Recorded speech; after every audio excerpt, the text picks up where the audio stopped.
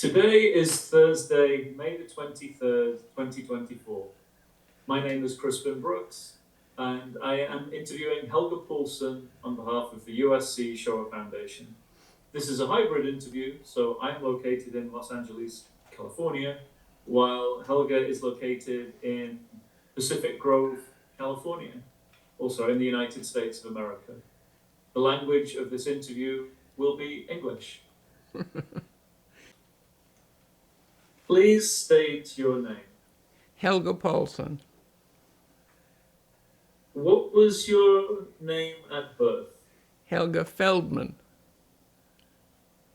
Do you have any other names? My middle name is Hannelore, but I never use it. And did you ever have any nicknames? Did I ever have any what? Nicknames? No. And is there any special significance to your name? Were you named after anyone, for example? Not that I'm aware of. And please tell us, when were you born? I was born February 24th, 1933. An unfortunate year. And where were you born? In Leipzig, Germany. And please tell us your father's name. My father's name is Joseph with a F. And my mother's name is Herta. And what was her maiden name? Burma. And going back to your father, can you tell us a bit about him and his life before you were born? He was tall, good looking. He played soccer, so he was quite well known in the area. He had a lot of friends through sports, which actually saved his life. In the bad period, he often was gone. We didn't know where he was. My mother didn't know. But he was being kept by one of his friends, and he always moved. So this is before he could leave. And where was he from originally? Where was he born? He was born in Leipzig. But Germany had a rule at that time, or law, that even if you were born there, you were not considered a German citizen. You were whatever your father was, and his father had come from Poland. So he was considered Polish.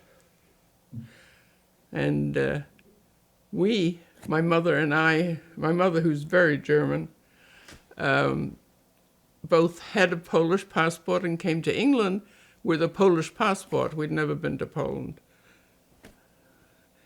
I mean, it's screwy laws. And staying on your father for a moment, what was his profession? What was his profession? What was his job? Oh, he worked we had two big stores in Leipzig at that time, and he worked at one of them, and he ended up in control of the whole electrical floor, salesperson, and he traveled different parts of Germany buying things for the store. He was in his 20s at that time. And you mentioned about soccer. Was he part of any sort of youth organizations or sports clubs or anything like that? I think so, yes. I think one of the Jewish teams that he played for was called Bar Kokhba. And like I say, he was quite well known in Leipzig, yeah. And what do you know about his parents, your grandparents on your father's side? Not that much. They were Orthodox, but my father wasn't. We used to go to a Friday night dinner at my grandmother's house. She always insisted all the family come.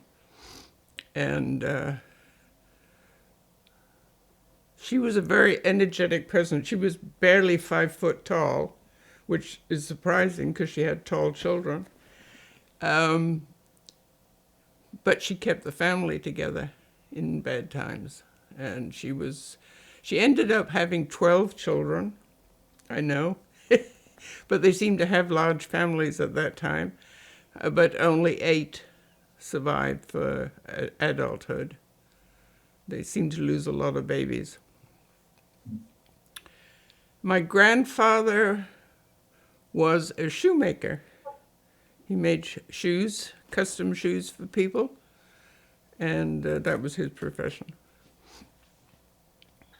And do you know where they were from in Poland? I'm sorry. Do you know where they were from in Poland? I'm not sure. But I think when I look at a map, I think can't remember the name of the town, but it starts with a K. And I know it's one of the biggest cities.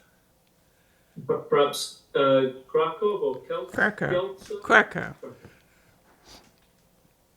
And do you know the circumstances of how they came to Germany or why they came to Germany? No, I think they'd lived in Germany for a long time. Mm. I mean, they were elderly when I knew them, and but I think they had been in Germany for a long, long time. And do you happen to remember their names? No. I was closer with my mother's parents. I had more interaction with them, except for the Friday nights. So, speaking of your mother, can you tell me a bit about her and what you know about her from before you were born? My mother's family was old German, many generations of. Her father was a very forward-thinking man.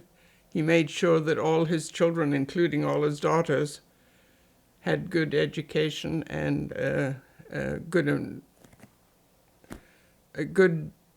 building that they could work on. Yes, so he was a little before his time, and he was a lovely man. And I do remember him. He died when I was 4.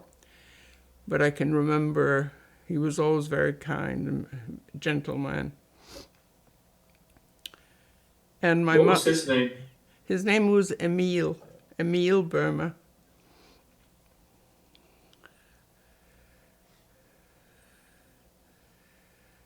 And his wife was a large, buxom woman, very German. I can remember as a little girl I was fascinated because she always had a bun. And in the evening, she'd let her hair down, and it would be almost to her waist. And to me, that was magic. I can remember that. That was a good memory from her. Also, whenever she took me to the park, she always brought a banana. And that was a time when bananas were imported and were very expensive. Yes. So these are childhood memories, right? What was her name? Her name was, oh, for heaven's sakes. It's an awfully old-fashioned name. I'll think of it in a few minutes. And were the Burmas, your mother's side of the family, were they also Jewish? No. Were they not Jewish? No, they weren't. My mother changed her religion before she married my dad, which was very good because Hitler put the decree that any mixed marriages were illegal and the children were bastards. So in my case, I was legitimate. And do you know how was it received in the two families? The fact that this was an interfaith marriage. Yeah, I don't think it was too much of a cheer on my father's family because they were very orthodox. But my mother was a fine person, and I think in the end, they accepted her. My mother's father, like I say, was a very forward-looking man, and he had no objections at all. He thought my dad was a fine young man, and why not? And he welcomed him and told him anytime he wanted to come, he was welcome.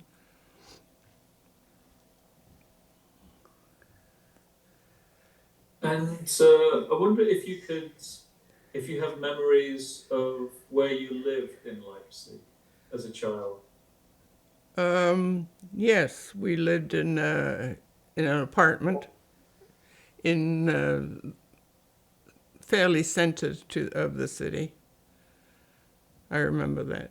Yes, actually, one of the first bad memories for me, besides when the synagogues were all burning, was one night I woke up. I could hear loud noises in the courtyard below, voices and stomping on the stairs. And I called out for my mother. It turned out they had gone next door, or they were close by, but I was by myself. I must have been about 4 or 5.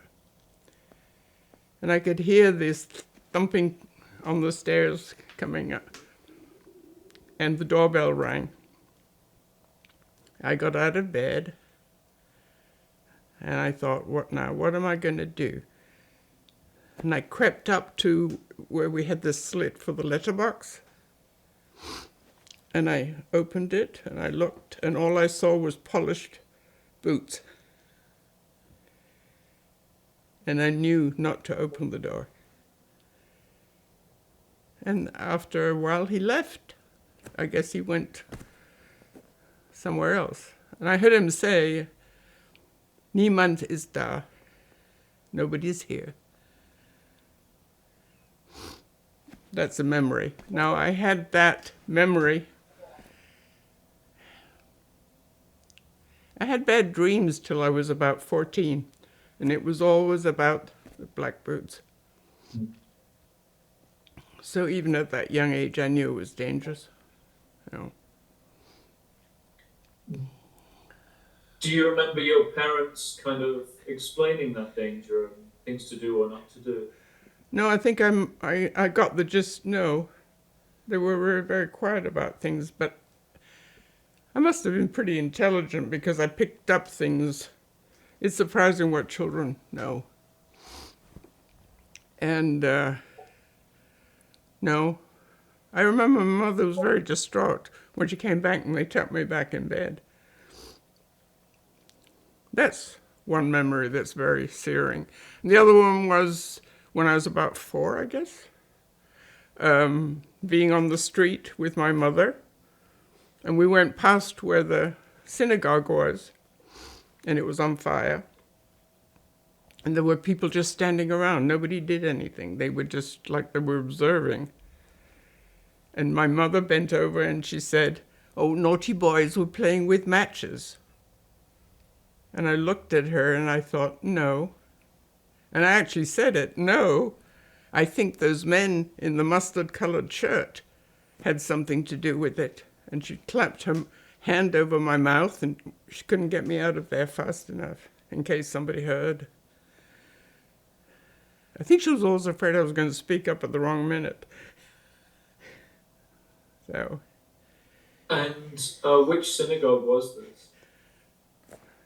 I don't know, one, I guess, that was nearest to my grandparents' house. I'll come back to that in a moment. Going back to your apartment where you lived in Leipzig, do you happen to remember what street it was on, or even the Yes, address? I remember the address. Waldstraße 11. And when you looked out of the window, you looked right to the police station across the street. And it's funny because since we've been back in Germany, we went back and looked at it. And I knocked on the door and asked the people if I could look around the apartment. And she said, yes, come in. And I did. Everything was so small. I remember it as large. So that was one thing we did the first time I was back in Leipzig. Yes. And what memories did that bring back for you, seeing your apartment? Just the fact that it was so small and it seemed different from what I remembered. Of course, being tall, now everything is different, and being very small, everything is different, right? And at home, was it you, your parents and you, or did you have a maid or a governess or anything like that? Oh, yes, I had a nursemaid when I was very small, and she was a lovely girl. She came, what they called at that time a country girl. She came and she lived with us, and then she came one day crying, and she said to my mother, I've been told by my parents I can no longer work for you because the edict came out that Christians could not work for Jews. And she says, I don't want to leave. And she cried and she cried. And my mother said, but I understand. And that was the last I saw of her, yes. And what was her name, do you remember? I don't remember. Yeah. And growing up, do you remember things like what, books you read or stories you were read, that kind of thing? I was too young. I didn't learn to read till I was in England. Okay. Were there any kind of things about your childhood thinking, whether it was toys you had or parks nearby that you would go to, that kind of thing that you remember? Oh yeah, I remember going to parks. I remember I had dolls. One was Peter and the other one was Krista. And let's see, what else do I remember? I remember some of the German books that were read to me. And it's funny, every now and then you come across one of them or see the cover of one of them and I think, oh my grief, I remember that, yes. But I was very young. I mean, Was your mother at home during this time, or did she work? Was my mother what? My mother? Was she at home with you, or did she work? I still don't know what you said. I'm sorry. Oh, sorry. Did your mother work? Yes, my mother was a nurse. And yes, which also helped us later. So she was considered a professional person, yeah. And do you know about your kind of parents' social circle, who they Oh, yes. socialized Well, my with? parents had very good friends. He was also into sports, and his name was Rudy. I remember him. And his family. And actually, one time, they were taking us, when we finally were getting ready to leave, they're the ones that took us to the station. Leipzig has the largest railway station at that time in Germany. And as we were on a tram car. Now you had to realize we had to leave not taking suitcases or anything. It had to look like we were just going for an outing, just with the clothes that you had on. And we were on a tram car, and Rudy and his wife, and she was, I don't know, 7 months, 8 months pregnant. And they were going to see us off. And as we got near the station, you could already see the station. The tram driver said, "It looks like police is going to get on. Anybody who needs to get off should get off now." And Rudy bent over, gave me a kiss and said, "That's me, I've got to go." And he jumped off. But his wife continued with us and took us to the train. And do you happen to know their family name, their last name? I don't know what you said. What was their last name, Rudy and his wife? Oh. Again, I'm blanking, yes. But Okay. I've kept in touch with that family. And the baby that she had after we'd left, she called her Helgard for me. And after the Second World War, when we went to Germany, of course, then they ended up behind the Iron Curtain in Leipzig. So, but my husband and I, we went and we visited them. And I'm still in touch with her now. She calls me every now and then. And what was their story during the war? What happened? Their story was her father survived. He was wanted because when he was at university, he had joined, at that time they were friendly with Russia. He had joined a Russian club or something, so they thought he was a communist. So that's the reason the Gestapo was after him. But he survived, and then, I don't know, he died. So he was dead by the time the Second World War was over when we visited. But the mother was still alive, and she was in her 90s. And I remember I gave her a big hug because I remembered her. And like I say, the daughter who was named in my honor, I'm still in touch with, which is very nice. I think of her as a sister, really. Yeah. And you mentioned, Rudy's having once joined some Russian club. Do you know what your parents' politics were, or their kind of general outlook politically? Do you have a sense of that? I don't think they were political at all. I think my dad was really heavily into sports, and his family, he was a real family man. I don't think, but he was very aware. And I know when they started deporting people, one of his friends and with the family was sent to Poland. He came back because they realized that he still had money and owned a business. So he came back, and my dad met him. And my dad said, "My God, they let you out of Poland." He said, "You must try to go, but you need to go west, not east." And his friend said, "No, they're holding my wife and son." And he said, I'm just happy to sign over everything to them. I need to go back for them." And my dad said, "Don't." And he said, "No, I have to." And he did, and then nobody ever heard from him again.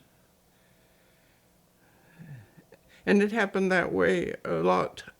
People you knew, all of a sudden they weren't there.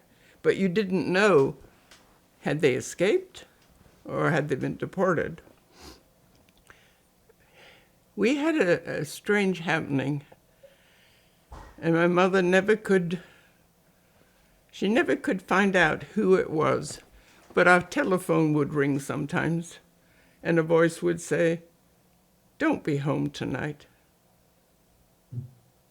And we'd know that they're doing a raid, and we'd be gone.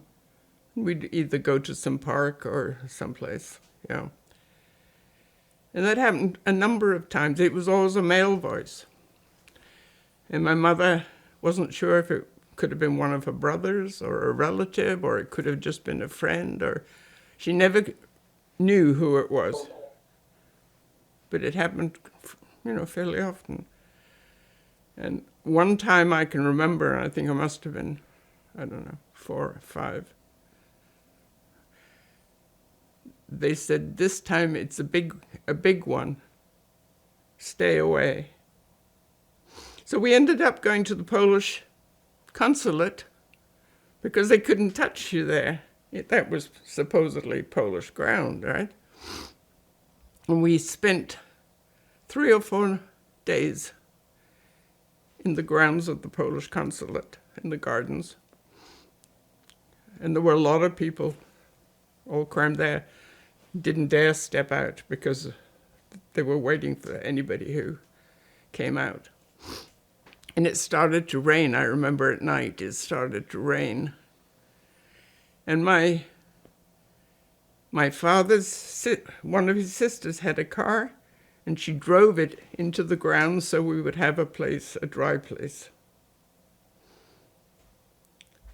And then their sweep, I guess, was over, and then they kind of disappeared. And, you know, one of the things that Helga told me on one of our visits, which surprised me, she said, we were driving through the park, and she said, see that bridge over there? And I said, yes. She said, my father and your father lived under that bridge for a week when it was really bad. I said, they did? And she said, yes.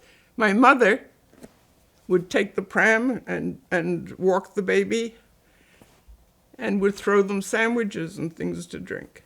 And she said she did that for a week until it was safe for them again. I mean, it's hard to imagine. How could you live that way? And then, you know, I realized my parents were so young. They were in their late 20s. I mean, it's unbelievable to have to go through something like this. And plus, you never knew. Your family disappeared or people disappeared. And you never knew. Had they managed to get out, as some friends did, they ended up in Switzerland and other people ended up in Italy. Or had they been rounded up? And they took people off the streets. It was... Yes, I could see. My mother, lips kept getting bluer and bluer. She went through this, yes. And like sometimes my father would disappear and he'd be gone for several days or nights and then suddenly pop up again. Well, it turned out my father decided he had a Polish passport, but it had expired. He went to the Polish consulate and asked for renewal, and they said, oh, no, we can't renew. You have to go to Poland to get it renewed. So he said, oh, thank you. So he ended up with stateless papers. So he ended up going to England with stateless papers. Just before you explain the complicated journey to the UK, do you have a sense of how your father and your mother would have, you know, considered themselves? Would they have thought of them? I mean, your father particularly. Would he have thought of himself as Polish or German? Would he have described himself? He had always thought of himself as German. He couldn't even speak Polish because his parents spoke Polish between themselves when they didn't want the children to know what they're talking about. But the children all were born in Germany. They were all German citizens. They were educated in Germany. I mean, it's like the ground got cut out from under your feet. And what was his relationship to Judaism? Would he have sort of thought of himself and explained himself as being Jewish or secular? No, my father always thought he was Jewish. He just wasn't Orthodox. He didn't believe in all the rigmarole, as he would say, yes. My mother actually, I think, ended up knowing more about religion and things than he did, because she had always been interested. And her parents, what religion were they? You know, or what denomination of Christianity were they? What, my mother? Mother's parents. Oh, my mother's parents. Oh, no, they were Lutheran. Mm. My grandfather was old school, Weimar, and they were ordered to put up flags. They all had to put up swastika flags. Well, he refused. So they told him again. So he ended up in the attic, and he found an old Weimar flag, and he flew that instead. And my grandmother said to him, you know, they're going to kill him. You know, it just... So I don't know what happened with the flag, but it was up there for quite a while, and I guess all the neighbors tutted. But he was that kind of a man. He wasn't scared. He said there were a bunch of hooligans. Whenever he saw them in with their black shirts and their mustard-colored shirts, he said, just a bunch of thugs. But he said it out loud, which was not. Yes. He died actually of a heart attack when I was 4. And my grandmother did say it was just as well because they'd have killed him. Because he always was outspoken. He never did what was the right thing to do with the majority. He was always a free thinker. You have to admire it, but you wonder how long he would have lived. Were there any family members that were sent to camps in the late 1930s? Yes, my father lost most of his family. I remember an aunt with 4 children, all under 14. She was on one of the gas trains.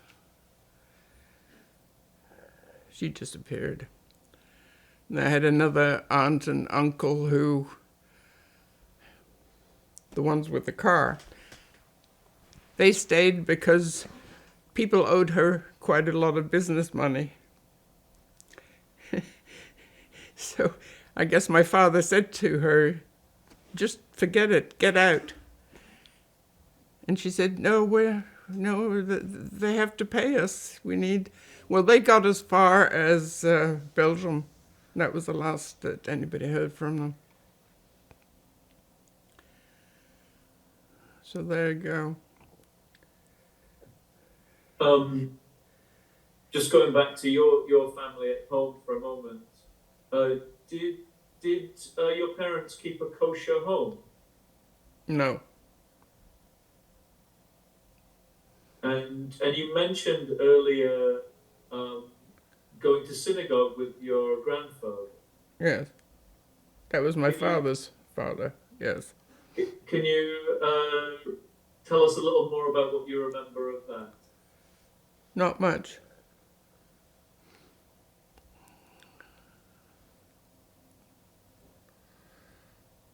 I remember the women were segregated from the men, which I thought was odd. So, no. And later, my parents would never talk about things that happened. It was like it was oblivious. It was gone, yes. Especially my mother. My mother got very bitter and she said, there is no God because no God would allow all these things to happen to good people. And she was quite... And she wouldn't talk about it. She wouldn't go to Germany for years. So whenever we went on a holiday on the continent, we had to make big detours. She absolutely refused, yes. Another thing, did you have a sense as a young child of any particular, gender expectations on you as a girl about what might be your life path? Or did that come later? Uh, yeah, I can't remember when I was little. Yes. And when you went to the Polish consulate, was that during when they deported the so-called Polish Jews from Germany in, I think it was October 38? What? Was that when you went to the consulate when they did the big sort of deportation Oh, of Polish Jews from Germany? well, that must have been. Yeah, it was after Kristallnacht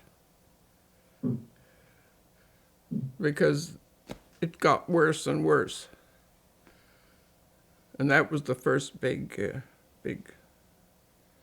That was a coordinated because it was all over Germany. It wasn't just in Leipzig. And do you have any other memories about that time, about Kristallnacht? Uh, yeah, I remember seeing people beaten up in the streets, and especially old people. They seemed like they targeted old people. I remember that. I can remember my mother always hurrying me away. That's about it. As a young child at that age, would you have been identifiable as being Jewish? Oh, I knew I was Jewish. Yes. But My would mother was people, always afraid I'd speak up and say something. She must have really kept an eye on me because I was talkative. Let's see. Well, I can still remember. My dad had left already, and it was just my mother and I. She put my name down for Kindertransport because every time she applied for a visa, they would give her a visa because she was a nurse immediately, but not with a child. So I guess she put my name in, and then she had second thoughts. And she said, we either both make it or we don't. And she took my name off again. And I can still remember, we went to different consulates wherever the rumor was that they were giving out visas. But she'd take me along to make sure, this is my child, and look what a pretty girl she is, and I don't just want to leave. I can't leave my child. But so one time we had been, I don't know where, a nearby town that had a consul, and we're on a train, and the door opens, and a whole bunch of men in uniform get in to the same compartment and sit down. I could feel my mother just absolutely froze. One leans over. He must have been an officer because he had, the epaulets with all the junk. And he said, "You are such a cute little girl. I really think you're cute." In German, to that effect. And he said, "I think we'll take you along as a mascot when we go to Poland." My mother, it was so afraid I would say something. The train stopped. She grabbed me, and we got out. We ended up sitting at this station for maybe 3 hours waiting for another train. But how close that was. I still remember that. That's very vivid. Yes.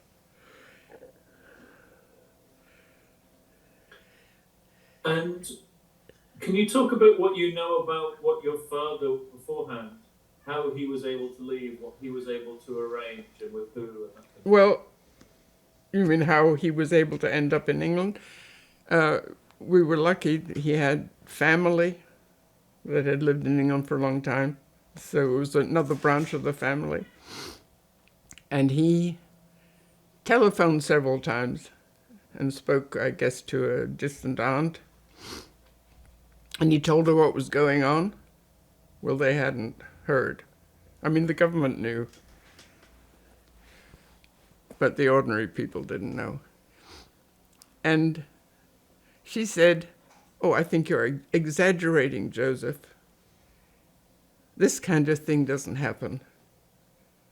And he told her, friends are disappearing, people are disappearing. And we've heard stories of labor camps in Poland. And I think it's worse than that. I think they're killing them. And she said, "You're just exaggerating." Well, he called her several times, and I think she must have realized something was going on. So anyway, she sent papers for him, but not for my mother and I. And she said, "Well, your wife can come." She said, "I don't know about the child." So anyway, so my dad did go. I'm not sure about the timeline, but I think it's a couple of months before we left. And we left, my mother finally got a visa with a child.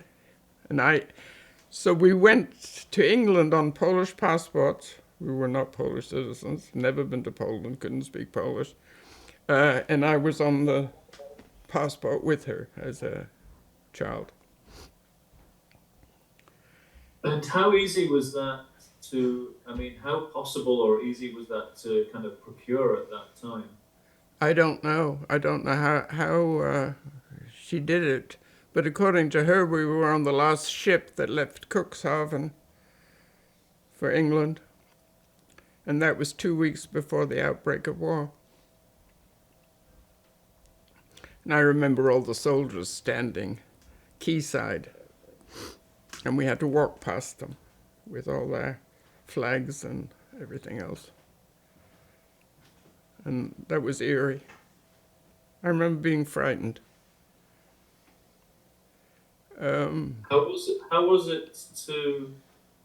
did it feel, or how did it look like or feel to you as a child, leaving the only place you knew, Leipzig, and that world? I think I was glad to get, I don't know, it was always like I was at the effect of whatever was happening. It's like you had even, I know you're little, but you had really no choice. It was just, you were buffeted by circumstances. And I just remember being very frightened. And I think knowing that I shouldn't open my mouth, that I needed to be quiet and not make my usual little observations. And it was hard, and I think it was hard for my mother because she knew I was impetuous, yes. Do you remember any goodbyes? Did I what? Do you remember any goodbyes to family members or friends when you left? I'm getting a metallic sound. I'm not hearing. Do you remember saying goodbye? Oh, no, you couldn't say goodbye. You couldn't say goodbye. I did say goodbye to my mother's mother. She knew we were leaving. My mother, I remember my mother giving her the keys to our apartment and telling her she should take whatever she wants. But she should do it today because by tomorrow everything would be confiscated. And we left not with a. I had one doll. My mother allowed me one doll, so I had my doll, and that was it. Was it Peter or Krista? It was Krista. I left Krista.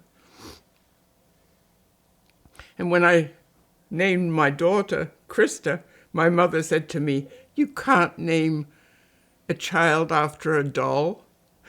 And I said, "Yes, I can." Yes. And what do you remember? Do you remember anything about the journey to England? It's funny because no, I don't know whether I must have fallen asleep or what. No, I don't remember. I remember going to the ship, getting on the ship, and I remember arriving in England, but I don't remember anything in between. I've always thought that was kind of odd, but maybe I fell asleep, who knows. Yeah. And also, I remember when we landed in England, it was raining. And the first person I saw was a policeman,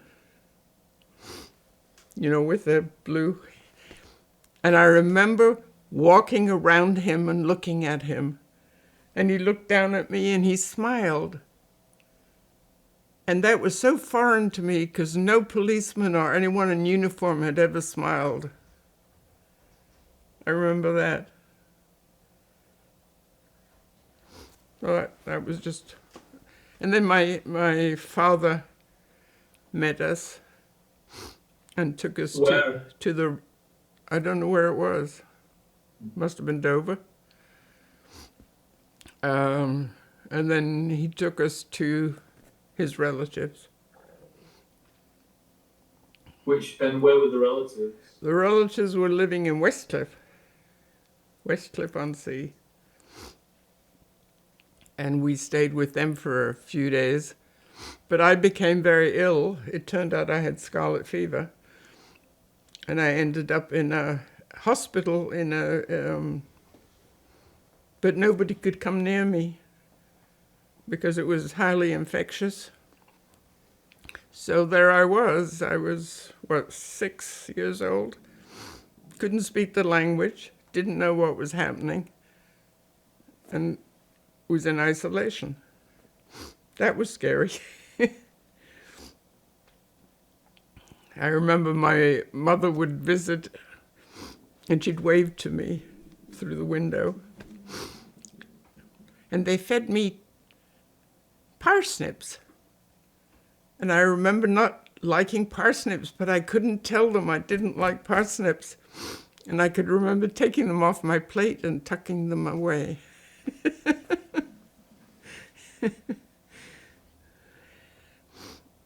So there you are. I was now in England. In Westcliff, after you got out of hospital, what were relations like with your relatives there?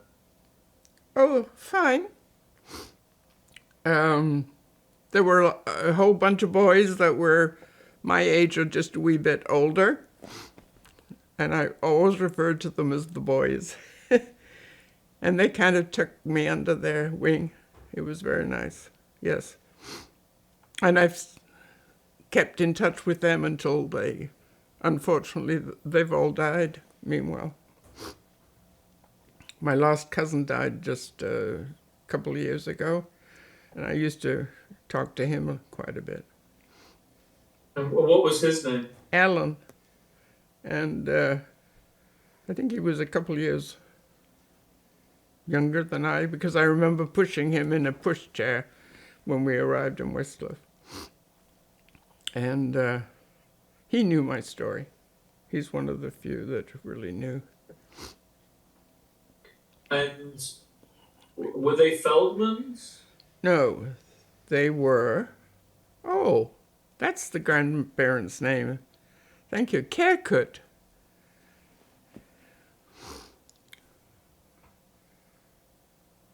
Thank you. Reminded me, yes. Um, and were you still in Westcliff when World War II broke out? No, then my dad wanted to find work, and there was nothing. Westcliff was a kind of retirement,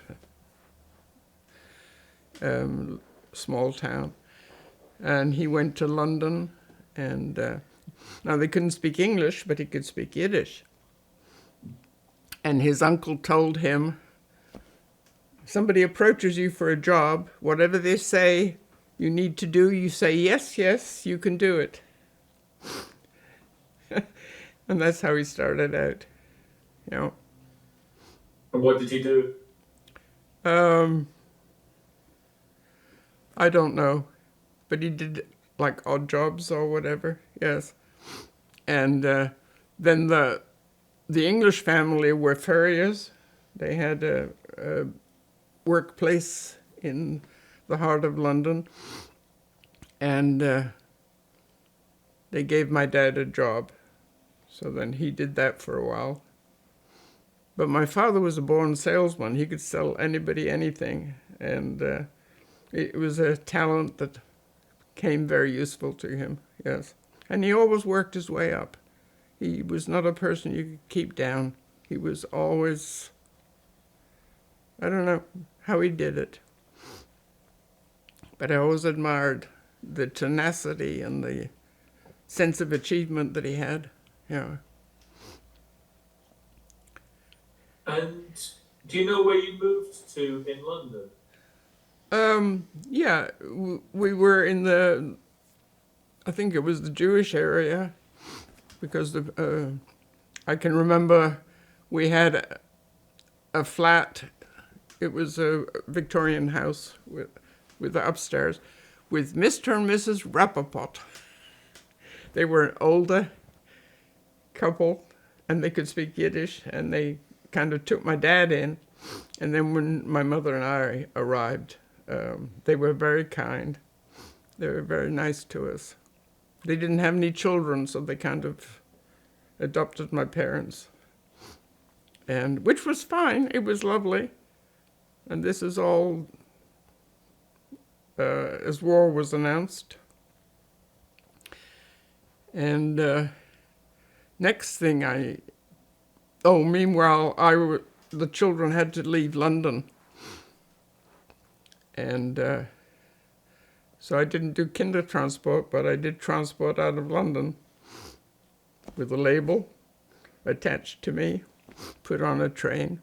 And I ended up in Yorkshire. Where in Yorkshire? Middlesbrough. And but it wasn't in the heart of Middlesbrough. It was on the outskirts in a village called Ormsby. And I lucked out with the people that I ended up with. They were lovely.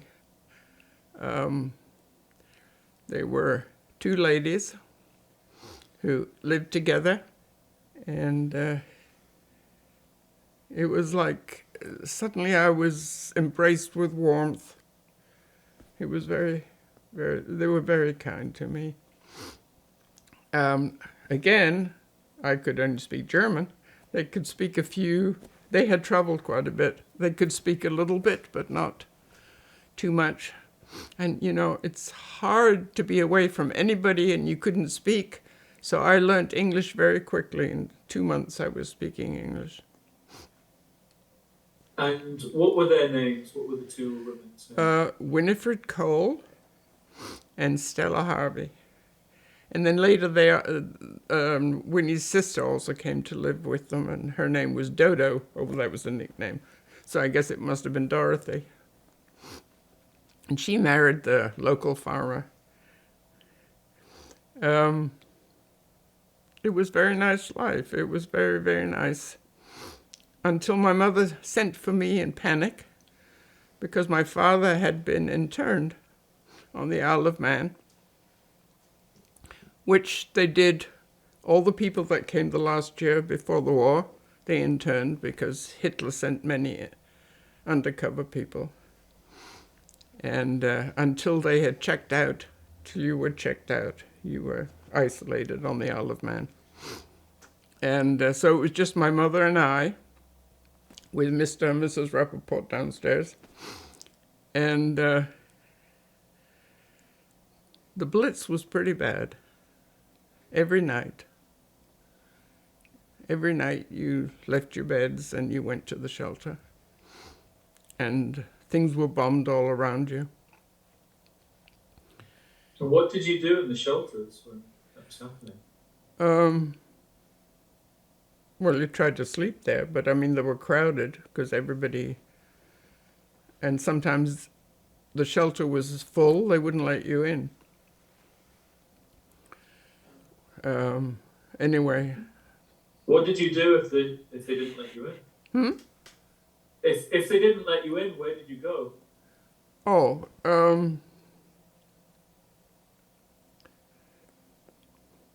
My mother and I guess they suddenly realized that she also had come. Just so they took me and my mother and put us in a very famous prison, which is called Holloway, which was a prison for women. And somebody upstairs suddenly realized these women had children. There were children in a women's prison that was not supposed to be.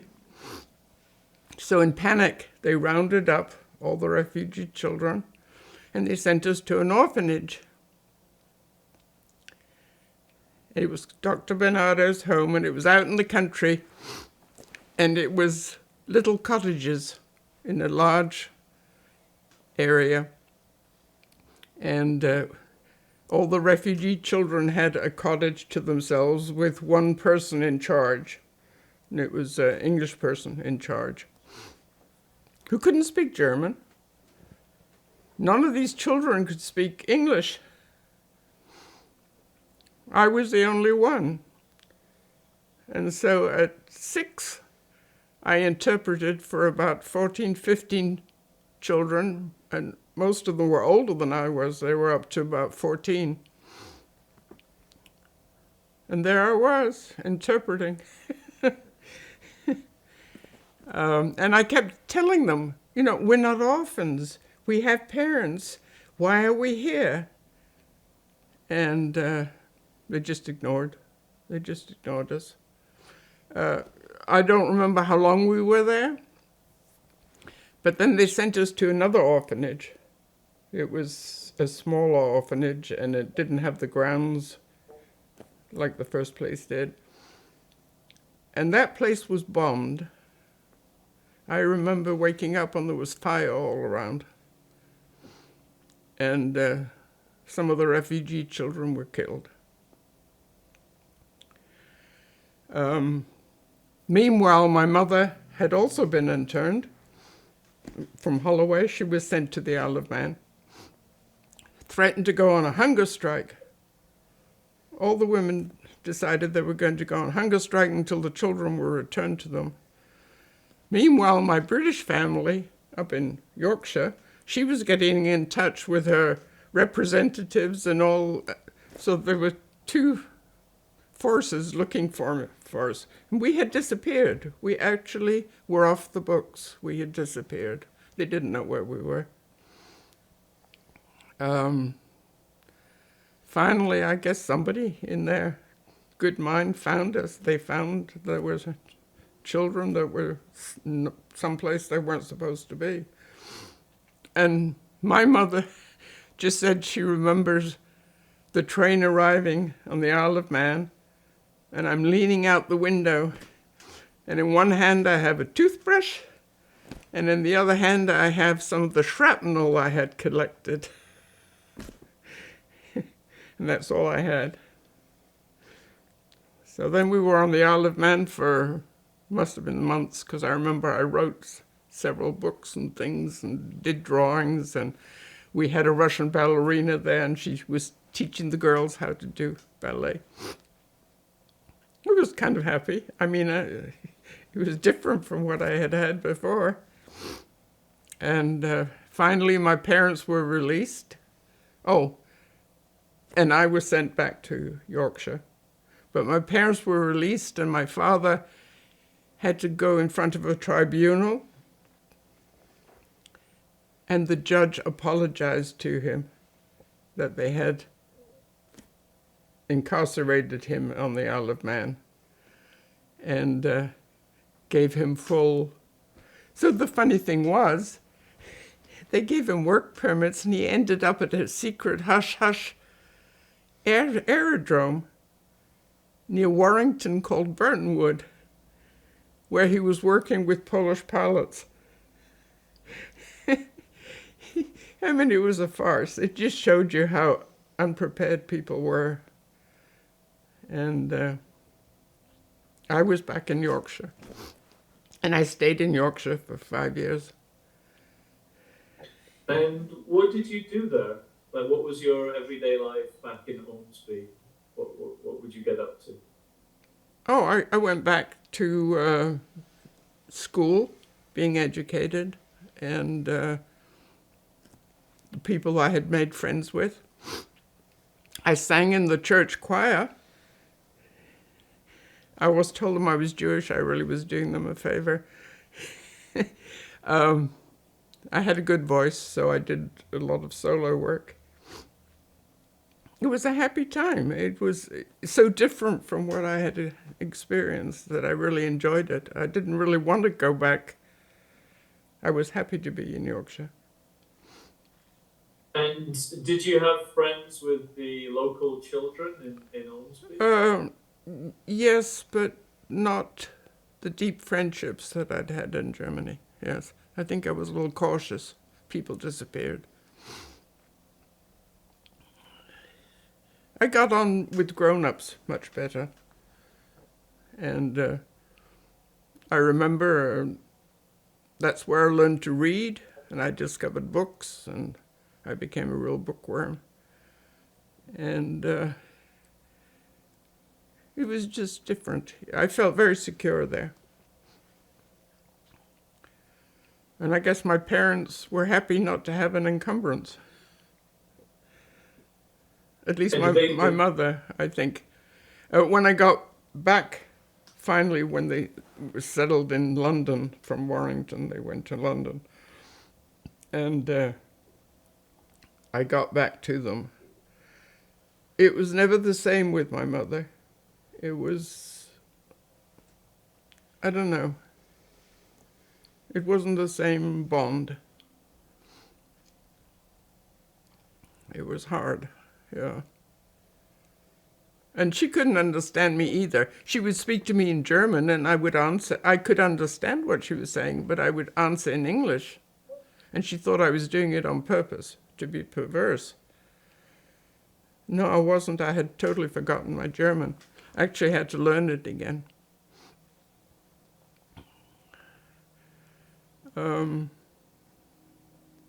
My father was always warm and friendly. He was always, he'd hold your hand and tuck it in his pocket and just... my mother was a little distant.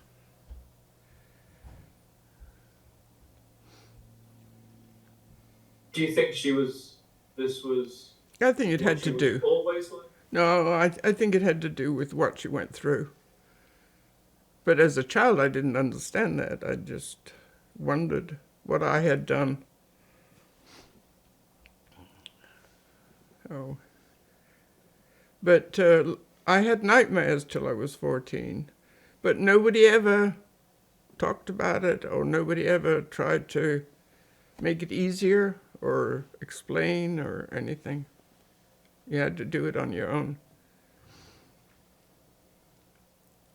So...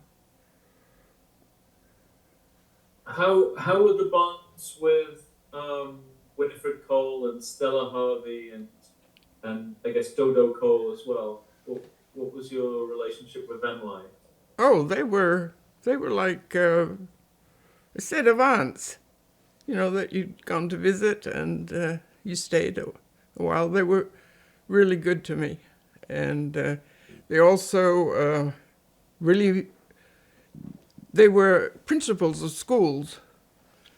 Winnie was principal of a private school, a very expensive private school, and Stella was a principal of a regular school.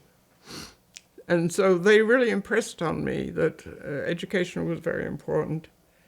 And I realized it's true, it is true. And when I went back to London to my parents, I was 11, and my father said, well, you've got to go to school, and he just wanted to register me anywhere. And I said, no, I want to go to a special kind of school. And he said, school is school. I said, no, it isn't. I said, I have to go to a school where I know I can go on to university. And I was 11, right? He looked at me and he said, you're looking too far ahead. And I said, no, I don't think so. And so he said, well, I don't know any school like that. And I said, well, across the street from where we lived, there was a girl who was in green uniform, and I said, I want to go to that girl's school. And he said, why? He said, you'd never get into that kind of a school. And I said, no, I want to try. So I ended up going to Camden School and asking to see the headmistress. And I explained to her my dilemma.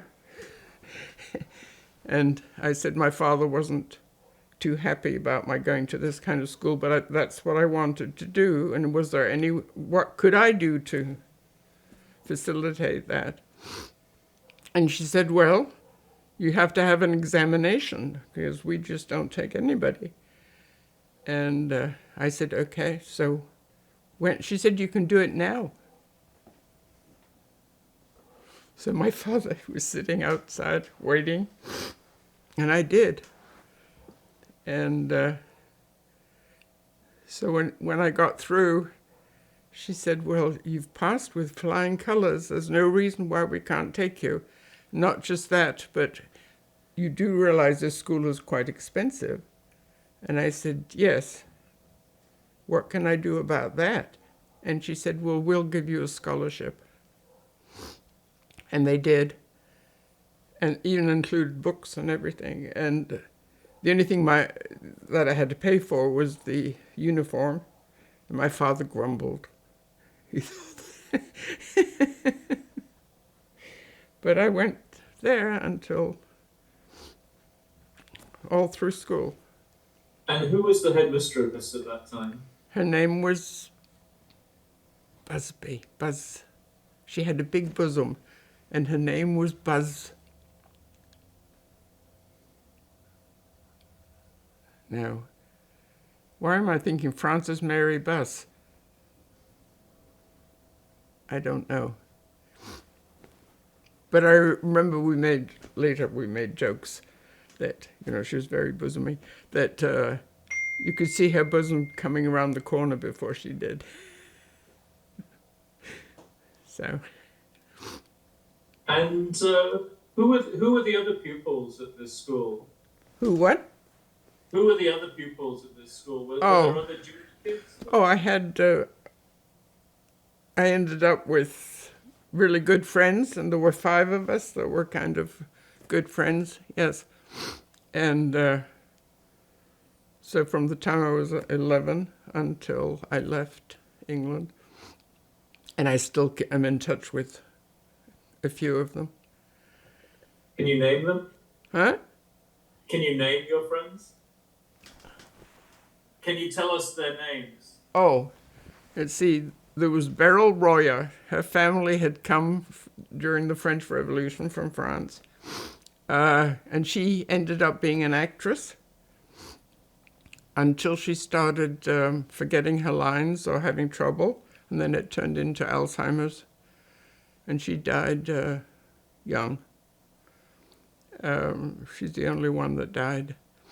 And then my best friend was Jeanette Archer, who I sat next to in school. And we're still in touch. Every time I go to London, I always go to visit them. And let's see, who's Daphne, who I still write to on the internet.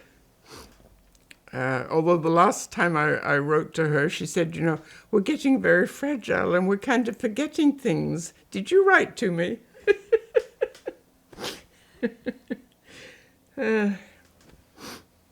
Let's see. And then there was Jacqueline Driver, who was always prim and proper. One of these people that doesn't matter. Everybody else looks disheveled, and she always looked immaculate, and we could never figure out how she did it. I just remembered that about her personality. That's it. And were your friends, did you have Jewish friends? Or No, none of them were Jewish. Yeah. When I grew up in England, people didn't mention, I never heard too much mention of religion until I came to America. When was the first thing they ask you is, what do you do? What's your business? How much do you earn? And what's your religion? And I had never encountered that in England. I thought that was very rude. So it's a different look. It's a different outlook. Let's see, what else? And what happened after Camden School for Girls? What came next? Well, my father had thought I should just come work for him. And it's like they had my whole future laid out. I said, no. I felt I was being strangled. I just, I was young. I wanted to do things differently. I liked to travel. I started traveling when I was about 14. I started saving my money and looking into where I could go. But I had always wanted to go to America because my mother had a brother who lived in America who actually wanted us to come from Germany, except the war broke out. And he died of a heart attack, so then it didn't do us any good. So I always had an idea to go to America. And then I discovered that old friends of my mother's were actually in San Francisco. And she was a concert pianist. And I happened to be in the underground, and I saw a poster with her name and picture. And she had, I guess at the Albert Hall, she'd had a concert. And I took the name of the agency, and I phoned them the next day. And she said, oh, I'm terribly sorry, but you just missed her. She left for America yesterday. And so I wrote I asked if they would give me the address, and she said, no, but I'll give them the address of you. And then they wrote to me, and they didn't know that we had survived. They had survived in Switzerland. And she said, anytime you ever want to come to America, you must come to us. And so they're the only people I knew. And what was the name of the concert pianist? Her name was Tanya Uri. Tanya, she had a middle name. She used double name. Zunza. Tanya Zunza Uri. And she played with the San Francisco Symphony. And then by the time I came to San Francisco, she was teaching at the, I've forgotten what you call music school. Like a conservatory? At the conservatory out on Geneva Avenue. And she met me, and it was like, now she'd known me as little, right? And she said, "Oh, it's so wonderful to see you." And they ended up actually putting on our wedding, she and her family. Yes, I got married in her studio. What was the decision for you about leaving England and coming to the US? What factors played into that? Well, I think it was escaping from my parents. I think I just wanted to do some exploration on my own, and you know, I was in my 20s. I wanted to be treated as an adult, not like a little kid. I didn't want somebody else telling me my future. I wanted to do it for myself. So I did. And what do you remember about the journey here? It was interesting. I had some of my father's family in New York, and I stayed with them for a couple of months. But my traveler's checks were disappearing before my eyes, so I got a job with an agency, and they sent me out on different secretarial jobs. It was wonderful. I enjoyed it immensely. I didn't care for New York too much, but anyway, I enjoyed the jobs. And every place I went, they offered me a full-time job. But my idea was I was aiming for San Francisco. So. And what was your sort of first impressions of life in the US? It was different, very different. It wasn't as cozy as England. The people were in a hurry everywhere, which is the reason I didn't like New York. It was never in the now, it was always in the next thing. I didn't like that. I enjoyed coming across America. The further west I came, the taller the people got, which was good for me because I was 6'1". And I found the people in San Francisco were very different. California was different from the East Coast. In what way? The people were gentler, were friendlier. I think New Yorkers seem to have a grittiness to them. I thought California was wonderful. So within a week, I found myself an apartment and a job. And it was very nice. And through Tanya, she got me a job at the Opera House with one of the conductors that came, who was German. So he had me doing translation work for him, writing letters to different people. And when he came the following year, he left his secretary in Pittsburgh and asked me to work for him. So I did. Then he wanted me to go to Pittsburgh, and I said, no, I like California. So, and I forgot. my life has been good ever since I've been here. One thing I forgot to ask about earlier. Did you go to, after secondary school in England, did you go to university? I went to City of London College, which was part of London University. And I also did my father always said, you've got to have more than one. I wanted to do journalism. I was interested in writing. And my father said, you've always got to have more than one string to your bow. So I took shorthand typing and useful stuff as well. And I also did modern languages,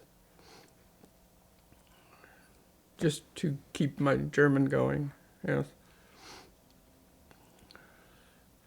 And before you came to the US,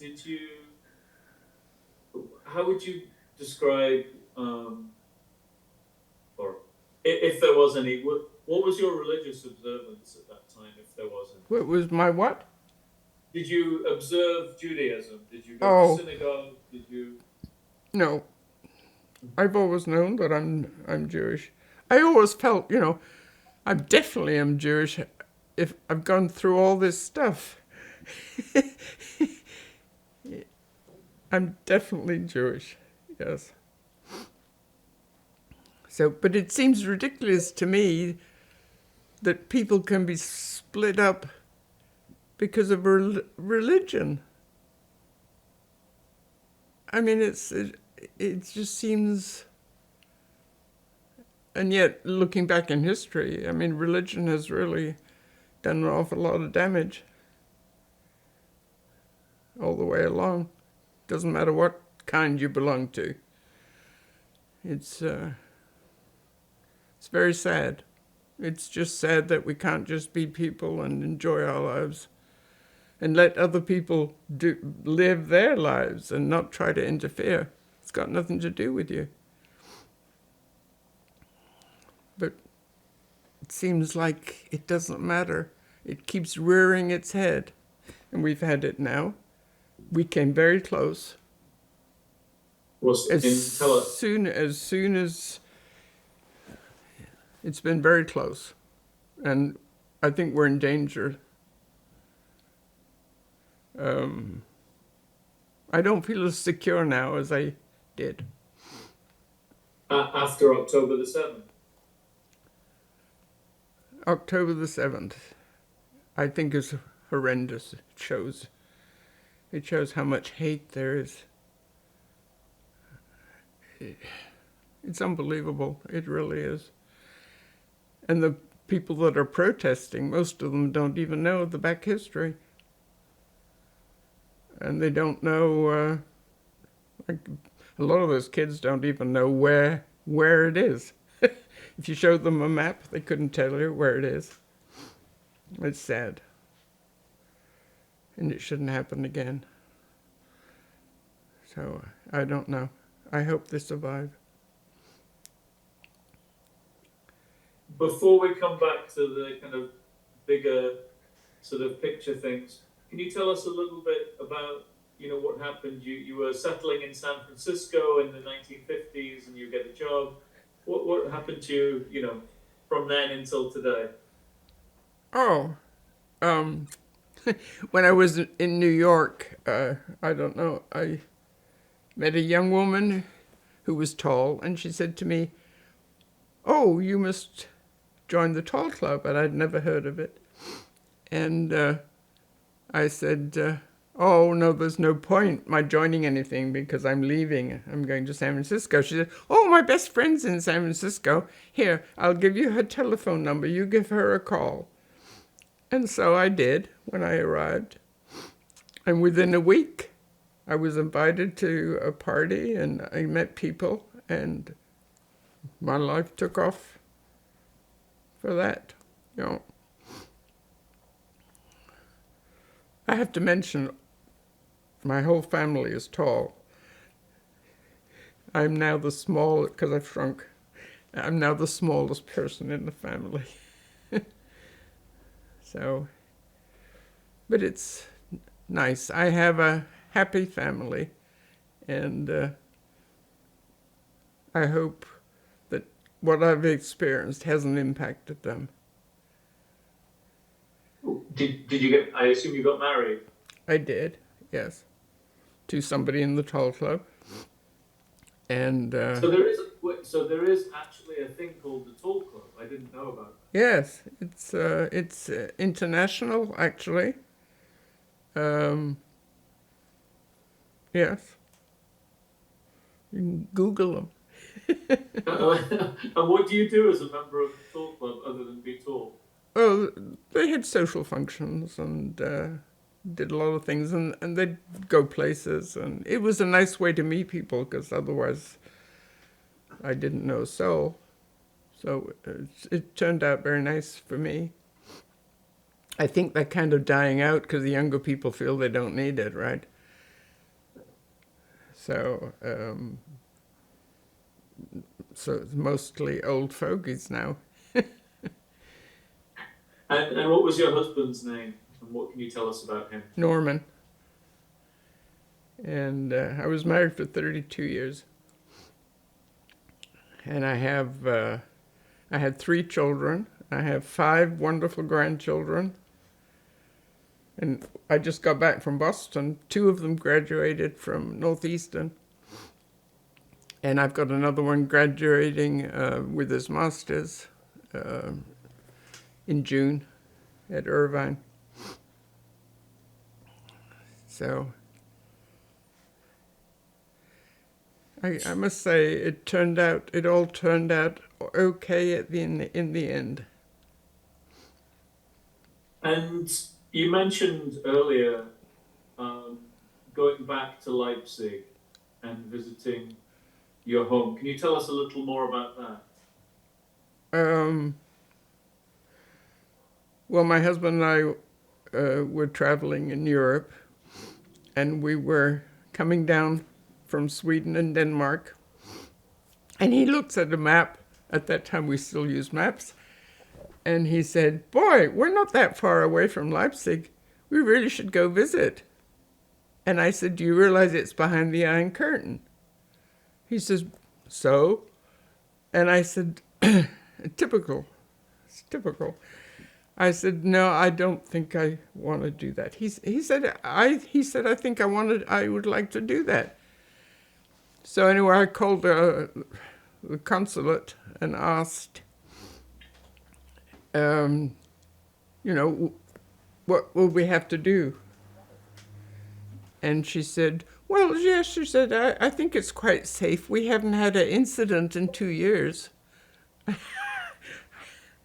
I said, "Oh, okay."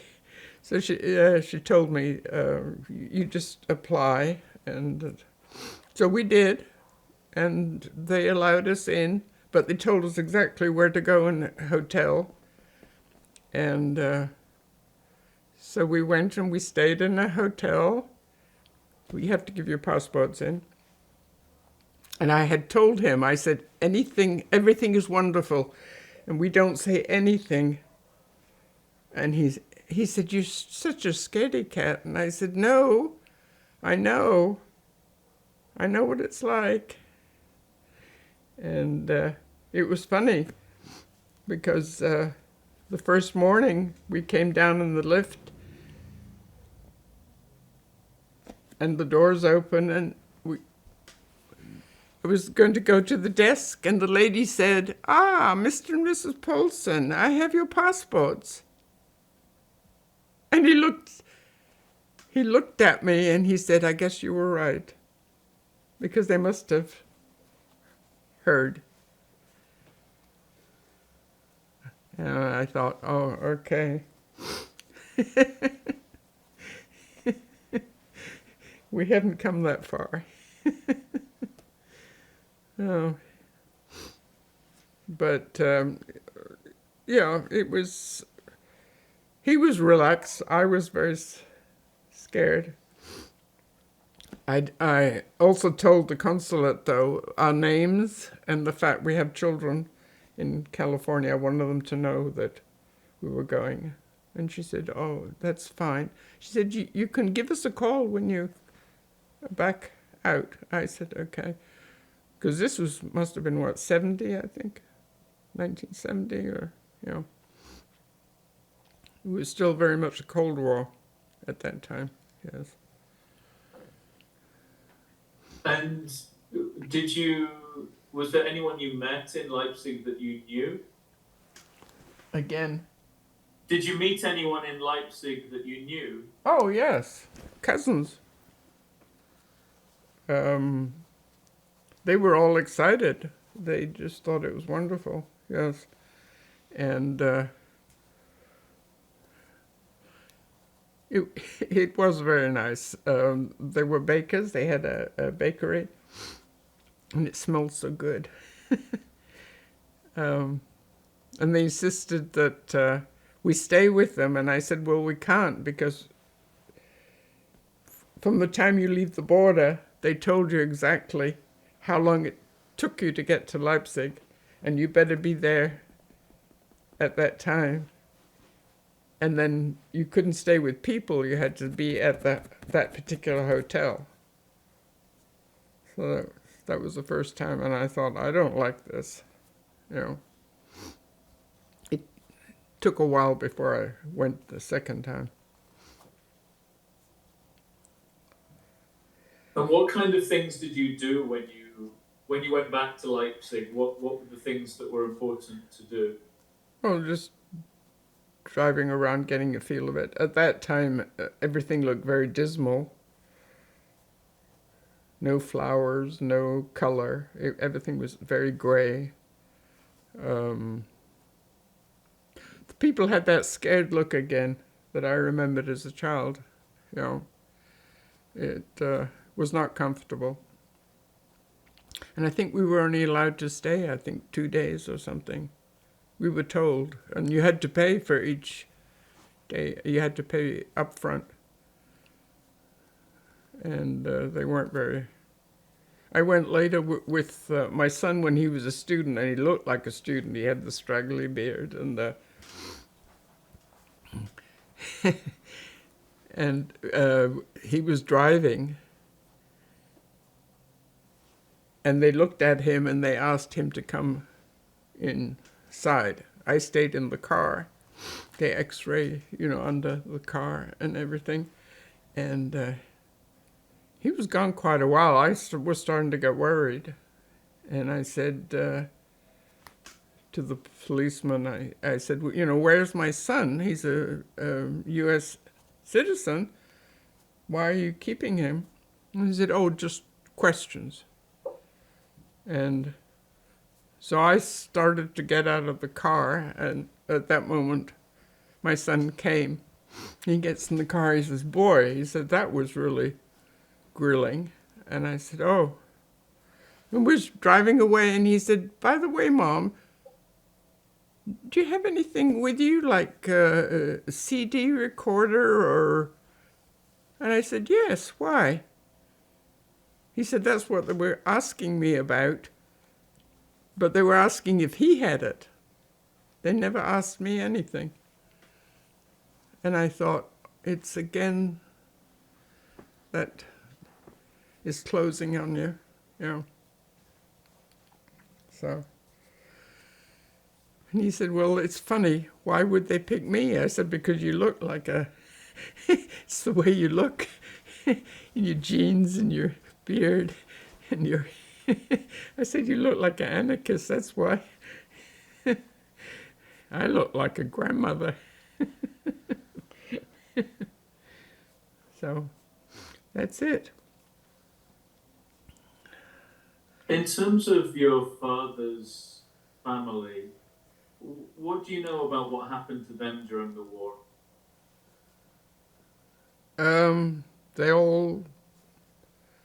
One brother ended up in Peru. There are several that were killed. There were quite a number. I mean, his parents got killed. His father was sick in the hospital, and they dragged him out of his hospital bed. Then another brother lived had gone in Paris back in the late 30s, I don't know, about 33, 34. He was very French. He was not tall. He just spoke French, looked French, and he ended up working underground.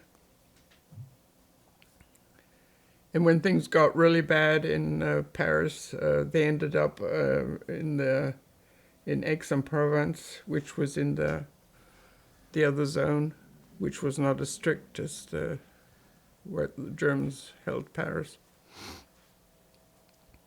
He was a miniature, well, he was older than my dad. My dad was the youngest. But he was a miniature of my father. He was, 5'8" instead of 6 foot. And But the same jokes, the same voice, the same kind of warmth, the same friendly with people. And he survived the war. And what was his name? His name was Jules. And the uncle that went to Peru? That was Paul, and he also played soccer with my dad. They were on the same team, mostly. And the other uncles and aunts, what happened to them, do you know? Oh, and then the youngest girl, my dad's youngest sister, she married a fellow who emigrated, and they emigrated to Israel. And they lived in Israel all through the war. But the rest of the siblings disappeared.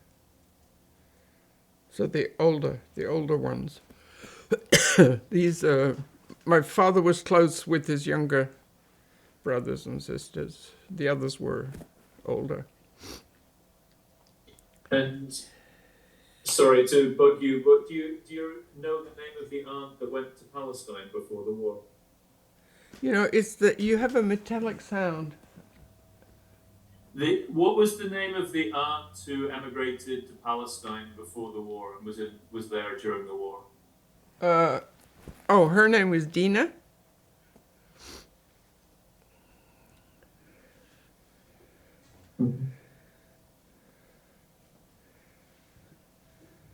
I wanted to ask, did you ever apply for restitution or reparations from the German government? My father did. And he put my name in. So I think I got something like $2,000, which I invested in a car. That was the first car that I ever had for myself. Yes, I ended up giving it to my mother-in-law in the end. It was a Barracuda.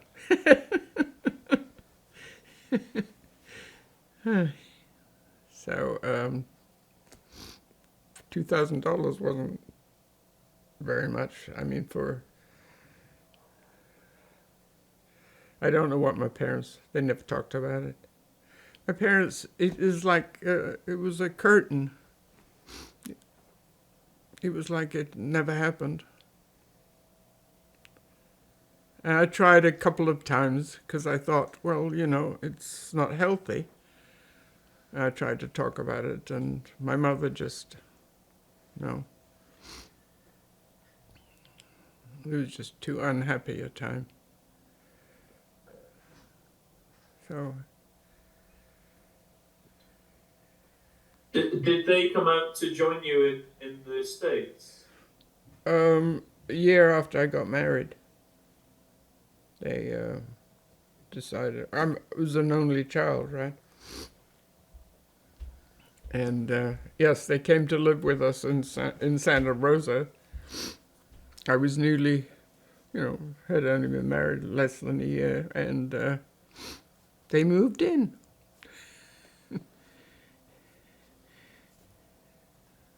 So it was kind of hard.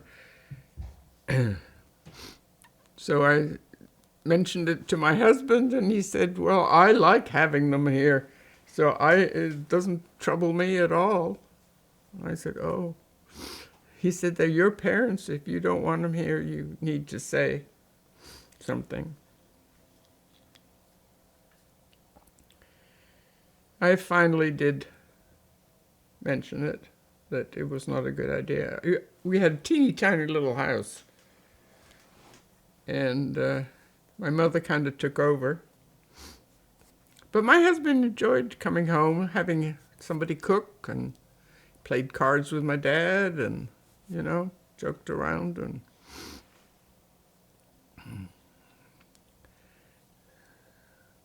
so finally I asked, that they got time to get used to the surroundings, and what were they You know, are they going to find a place to live?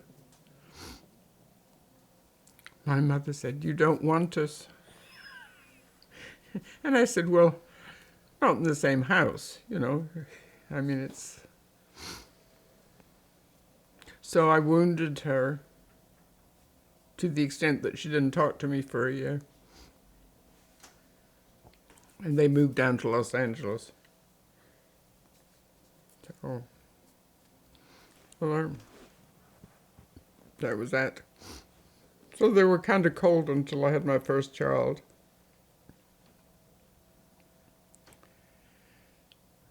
So that was,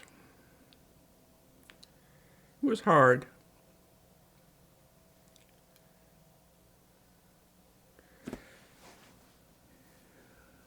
So what Speaking else? of children, do you think your experiences that you went through as a child impacted the way you raised your own children? I hope not.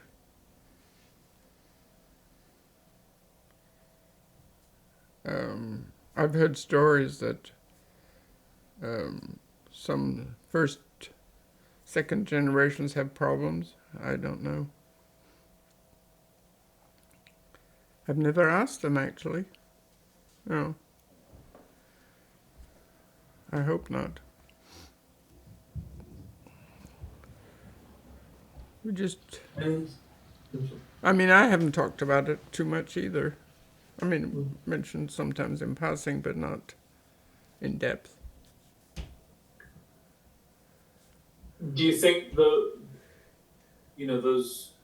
those experiences impacted you sort of psychologically at all? Oh, I'm sure it has. They make fun of me because I always have to have a lot of groceries. My daughter said, "But there's a grocery store just down the street. You know, you don't need to." But I've always...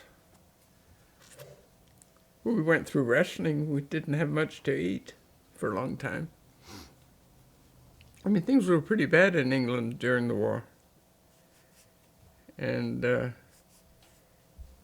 we were bummed out twice. Well, the first time we were blasted out, which is still stands, but the windows, doors, and things. It was the first time, and when we lived, that was the other thing, when we lived with Mr. and Mrs. Rappaport in the basement, and we were upstairs, when my father was gone, and just my mother and I, and she had sent for me from Middlesbrough,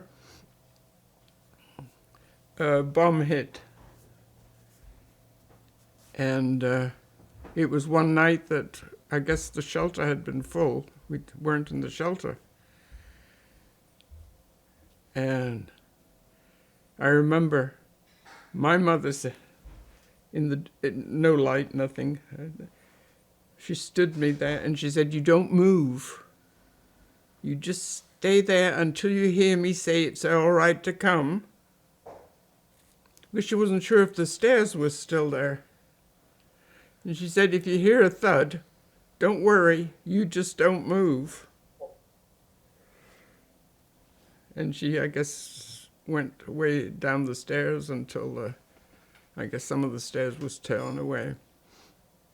I remember that.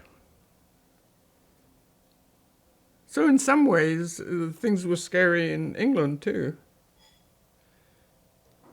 It was like jumping from the fire into the frying pan, or vice versa.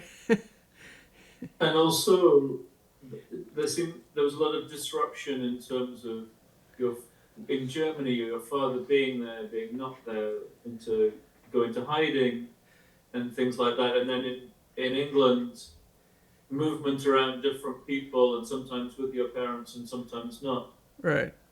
How was, I mean, as a little child? Well, it must have been very disturbing. I think it did teach me to stand on my own feet. And it did teach me that there were good people. There were horrendous people, but there were also good people. And I think it taught me to depend on myself, to be able to do things for myself. I think some good came out of it. I know I have anxiety for people leaving, but I think that's natural. We lost a lot of people. You never knew. Well, just even in England, going to school, you didn't know whether when you came home your house was still there. I mean, you know, we went through a lot. But my father was an optimist, and his mantra really was, even in the bad times, we're lucky. We're always lucky. And it's true. We've always managed to rise. When things really seemed like nothing but blackness, we always managed to survive. And I think, I hope that's going to be true for Israel too. When you look at the news today and you know, or read the news or however you take the news in, do you think your experiences that you had as a child of, you know, Germany and then of the war in the UK, do they impact the way you look at the world and you know, perceive the news and things like that? I think I've got over it somewhat. I think you look for the goodness. I think you have to look for the goodness, otherwise you just end up in despair. I've found a lot of nice people. I'm fortunate, my family is good. I've ended up with nice people. There's Benjamin.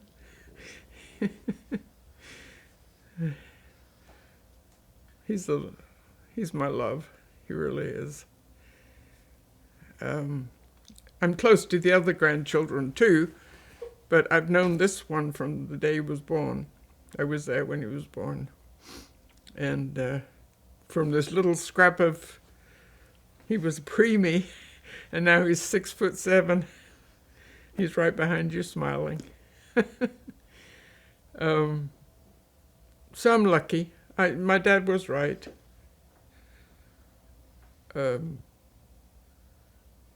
And you shouldn't judge people till you know them. That's the other thing I've learned. The people, well, it's just, I did know somebody, and I always got the impression she didn't like me. And it was funny, for some reason, we ended up having to spend some time together, and it turned out she always liked me a lot. She just gave the impression of not liking me. To the extent that she even invited me to come to Switzerland with her to visit her family. So you never can tell. You never know.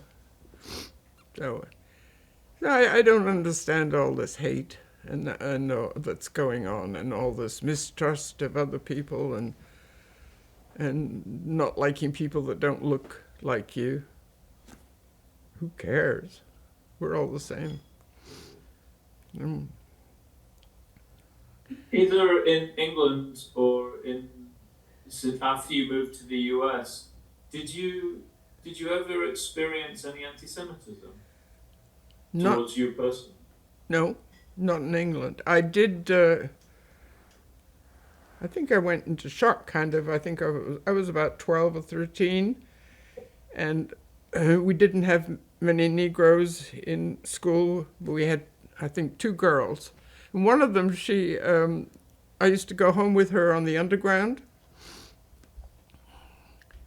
and an elderly lady got in, and she quickly stood up to give her a seat, and the woman looked at her and said, "I wouldn't sit where you've sat." And I realized and I stood up and I said, "You can't talk to my friend that way." And she said, "I can talk any way I want." And And that was the first time that I had ever encountered that kind of, and I was outraged. And the girl said to me, she said, "It's okay, it happens." And I said, "But it shouldn't happen." And she said, "Well, yes, but it happens." And that was the first inkling that I had in England. And I never got over that. I thought that was, how could anybody be that awful? I don't know. And have felt that way ever since. I can't understand how people can be so cruel to one another or dislike one another because you've got curly hair and I've got straight hair. So what? You're lucky. You've got curly hair. I don't know. Probably that started in how I was treated as a child. I don't know. I've always felt that way.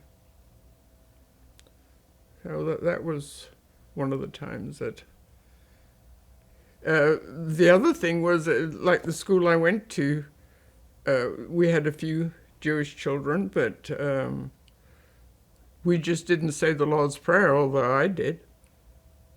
I mean, I felt there was no harm in it. We never discussed religion at school. Actually, there was one girl I knew, I don't know how long, and I bumped into her, and she said she'd just come from whatever the Catholics think. And I said, "I didn't know you were Catholic." She said, "Oh, yeah." Like I say, it was never discussed. That's why I was surprised to be asked here when I first came. So, no, I must say that the only anti-Semitism things I felt was in Germany when I was little. I remember an aunt of my mother's, they lived out in the country, and when things got really bad, my mother sometimes sent me there for a weekend. I remember her son saying, "Oh, the Jewish,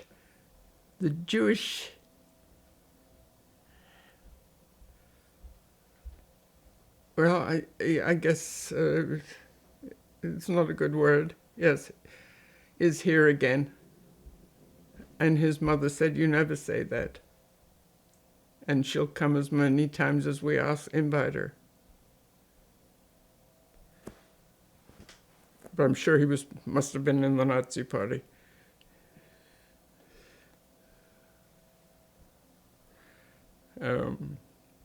That's about it, really. Was there any anti-German feeling that you or your family experienced in England? Oh, in England, yes, once I was, yes. We, because of the war, never spoke German. You spoke German in the house with the door closed. When you were outside, you only spoke English. That was just, yes. But when I got back to my parents, I had forgotten the German. I had to relearn it. So when I visited in Saxony, they said, "You speak beautiful German, but you have a kind of slight accent." Yes, which they couldn't put the finger on it, right? I thought that was funny. And what significance for you, if any, is there of sharing your story with us today? Well, my father shared his story when he was in his 80s in Los Angeles, when the show first started. And my mother had died, and I didn't care too much for the lady that he hooked up with the second time, yes. And it was at her instigation that he did it. And then she started on me. She wanted me to. And I said, no, I wasn't ready. I didn't want to do it. So I held off. And I always thought, one of these times I'll write it down. But of course I didn't get around to it. And I figured now at 91, maybe I should speak up. So all I can say is it was a horrible time in Germany, and it's unbelievable that that could happen. But it's very easy to happen if you have people instigating hatred and them and us, those, and trying to divide people. And I think it's awful. Do you look at the world today and think that that's more likely, like now? Or have there been times, from the 1940s to today when you've also felt like that? I'd say we've been in real danger the last few terms, yes. And I think people don't realize it, how easy it is to suddenly become afraid of what your neighbors are saying or what your neighbors are thinking, or yeah, I haven't felt safe. It's funny because, America's the land of the free. You don't expect it here. And there are an awful lot of people that still think in the Nazi fashion. And when did you start feeling that way, would you say? When did I start feeling this?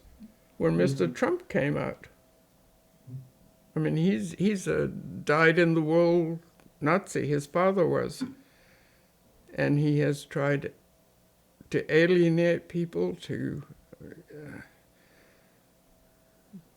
besides, he makes you look over here while he's thieving over there. And I don't understand that people can vote for him. It's incomprehensible to me. As soon as he came on the scene, I had a feeling that we're stepping back. And I think we've stepped back a lot. And he's rearing his head again now. And I've never been a political person, but all I can say is watch it. And I think it's awful. I mean, you can't look at a person and say, I hate you because you're a different color than I am. Good Lord. We're all human. We all have red blood. We all die. And we all want the same thing. We just want to have a happy time, a good job, a roof over our heads, and a happy family. And we worry about our children. So why can't somebody who's from India or China or someplace else have the same feelings? And who am I to tell them that they're not worthy? I just don't understand it. And I think, I don't know, I think we all need to grow up and wise up. So that's it. So just a final, maybe one or two questions. Okay. So we're doing this interview, it's May 2024, and obviously it's 7 months after the Hamas attack on October the 7th in Israel, and then the subsequent war in Gaza. What are your thoughts about that? My thoughts are, well, as soon as Hamas took over Gaza, I realized they were terrorists. They don't care about their own people. I mean, that's so sad. They don't care how many of their people get killed. I mean, we have an instance just a few weeks ago. They were shelling the actual lorries that were bringing in food and medical things, that were taking it to their own people. And they were shelling those trucks to destroy them. So, I mean, what, you care about your people? If you really care about your people, would you have bombs under a hospital or under a school and use those children and then you have students here who don't even seem to understand what's going on. They're just saying what they've been spoon-fed. And I think it's deplorable. And it seems like we can't seem to do anything about this. I don't know, you suddenly feel powerless. And I'm sorry for those, what was it, over 1,000 people that they killed on October 7th. And the people that they took as victims. I mean, it's just awful. And you hear the United Nations saying it's the Israelis that are killing people. Well, don't you stop and look, see why this started? It started because 1,000 people were murdered. Babies were torn out of their mothers' bodies and burned. How barbaric are we? I mean, are we back in the dark ages? I mean, I see it happening again. And of course, it happened before the Holocaust too. You had Armenia. You've had it in China, where the whole groups have been killed. You had it in France. Why? It's terrible, and sometimes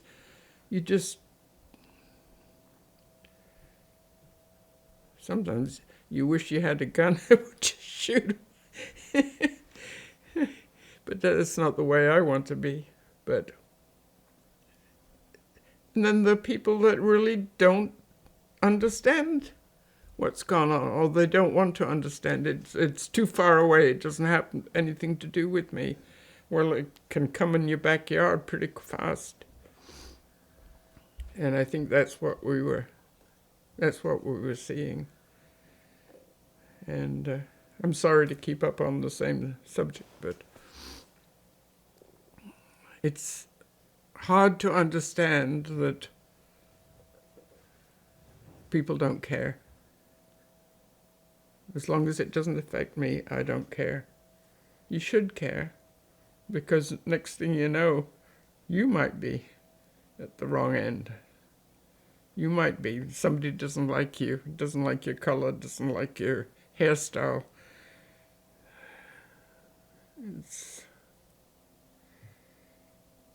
It's bad.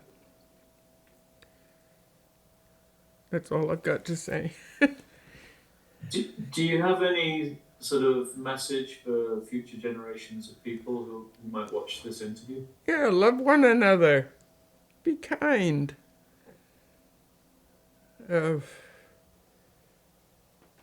Put your hand out.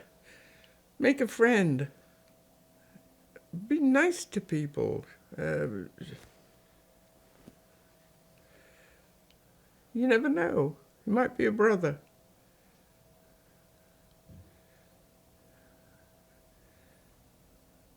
And I hope that my further generations are kind and good people. I'm lucky. It seems like ours have all turned out nice, warm-hearted, and good people. I mean, that's all you can wish, is that your children turn out as good people. And that's what I would say to the world. is, who cares if somebody has a different religion? Who cares if they look different? They're still people. And that's it. Do you have any final memories or thoughts or things you want to say before we finish? I don't think I've said too much. Helga, thank you very, very much for doing this interview. Thank you. That's it. Helga, please tell me who is in this photograph. My mother and father, and it was taken about 1938. And where would it have been taken? It would have been in Leipzig while all the stuff was going on before my dad left. So this is round about Kristallnacht, I would say. This is a photograph that he sent to his aunt in England saying, we really need visas. Thank you. And please tell us about this photograph. This is Herta and Joseph Feldman, approximately, I'd say 1937, 38. My mother already looks haggard, so probably it's 38. And where was it? Where was the picture? Leipzig. In a park, or where was that? Looks like it's a park or somebody's garden. Thank you. This is myself with my father, and I look about 2 years old, so it's about 35. And where would it have been taken, do you think? I think it looks like a park. Also in Leipzig? Also Leipzig, yeah. And did any memories that seeing this photo kind of prompts for you? I think I was too small, although I do remember things way back, but...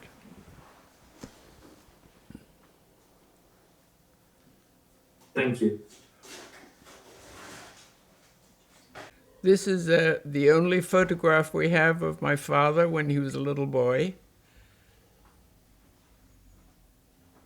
And do you know roughly when it was taken? I don't know how old he looks like he's about 5, 4. 3 or 4. Yeah. So this would have been during World War I. And he was born in 1911. So it would be, I don't know, 14, 15.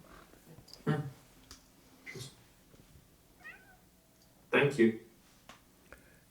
This is my mother, one of the few times that at that time she smiled. And this was about 1938. Thank you.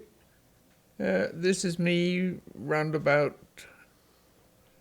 between 2 and 3. And I look happy. And who or what are you holding in your arms?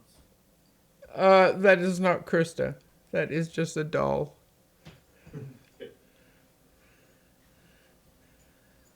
Thank you. This is me again. Again, between 2 and 3. You can see why she took me along to get visas. Thank you.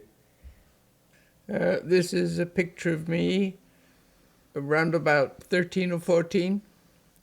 I think it was 14 because I remember this is about the time that my father got British passport. And is that a school uniform? Yes. Green. Forest green. And did your mother and you also become British citizens at that time? Yes, I became a British citizen at 14. Hmm. And how was that process? How was it processed? I didn't have to do anything. It's because my father became a British citizen. Hmm. But I got a passport.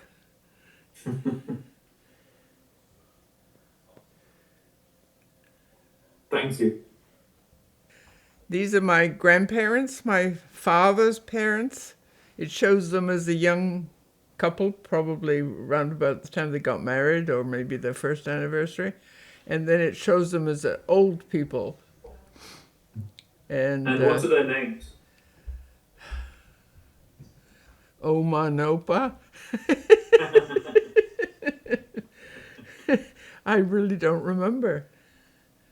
Oh, Sarah, I think. Sarah, I think was hers. She made a bigger impression than he was always a very quiet person. She held the family together. But he'd always bring people home for Friday dinner. You know, he'd go to synagogue and then he'd always bring somebody home. He felt he had an open door, one more for dinner, it didn't matter. That's what I remember about him. And can you estimate when the photos were taken? Oh, I have no idea when they got married. Must have been in the 1800s sometime. Right. But she died in concentration camp in Theresienstadt. We know that. She died in Theresienstadt.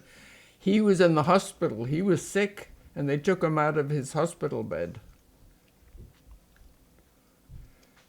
That was before she was taken. I do remember that. And after the war, and then my father did find a marker for him in the Jewish cemetery.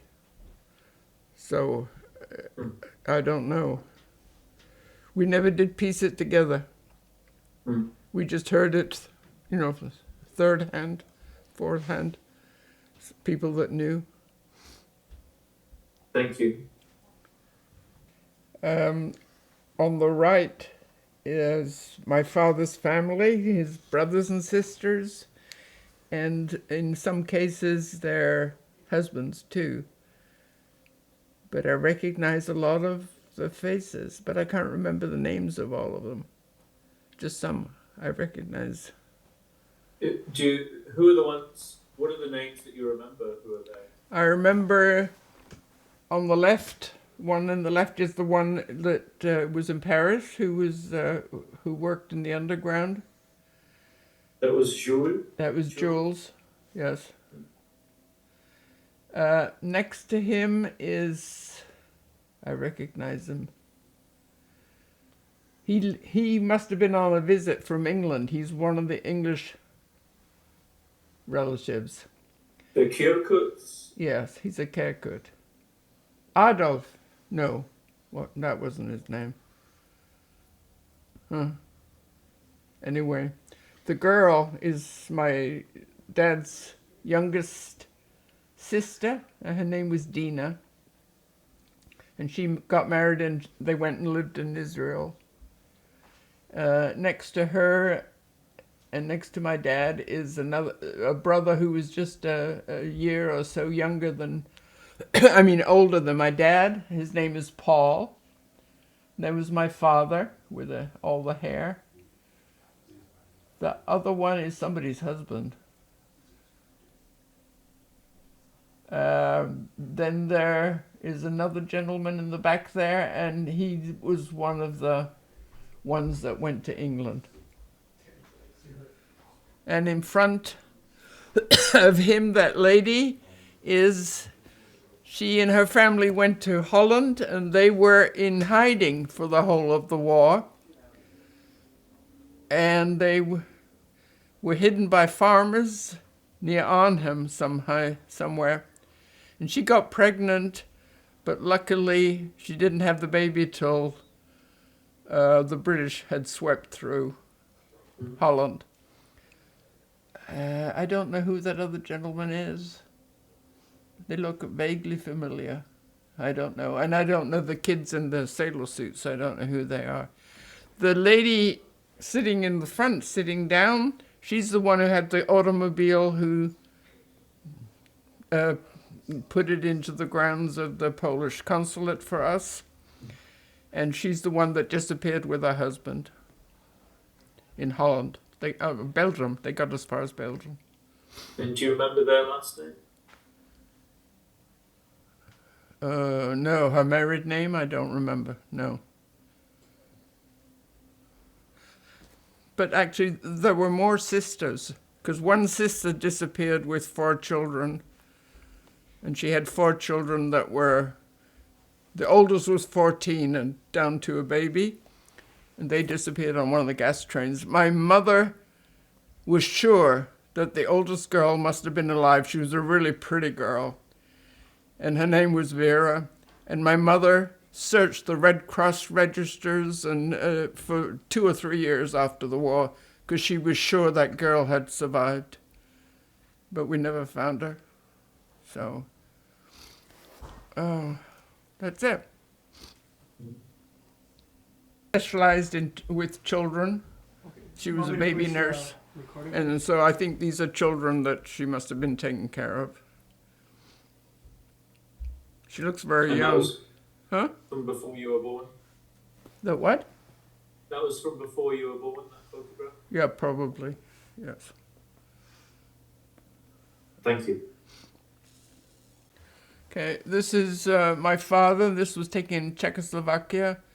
We went there to take care of children, 2 children whose parents had been taken, but they had a lot of money, and he was trying to buy their freedom.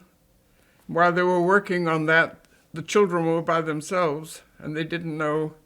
So they asked my mother, would she go to, it was on the outskirts of Prague, and we were there for, I don't know, I have no idea of time, but we were there for a couple of weeks maybe, or a month maybe, taking care of these children. And my father came too, because by this time things were getting pretty hot for him. They were and my mother didn't want to leave without knowing where he was, so he came too. So I can remember that. I can remember being there. What year was this? So it must have been 38. I think on the picture it says 39. Oh, Yeah, 39. Okay, so then it was 39. So it was, okay. So I guess a lot happened in that 39. Yeah. So this Thank is, you. Yeah. And Helga, please tell us who is standing with you right now. Behind me is my daughter, my youngest daughter, Krista. Behind is Stanley, and he's her husband. They've been married for a long time. And this is the produce of their matrimony, and his name is Benjamin. And I love that boy. And this is my cat, who is my constant companion, and she takes her job seriously. And what's her name? What's her name, Mom? Oh, her name is Sophie. And I'm very proud of Benjamin. He's worked hard, and he's just graduated, and he's going back to get his master's. So he's going back for another year. And we like Boston, and he likes Boston, but we want him back in California. And for Krista or Stanley or Benjamin, is there anything you'd like to say? A few words you'd like to say? Any one of you? Well, I just No appreciate particular order. I appreciate you guys doing this. We did it with my grandfather, and it because he would never talk about the war.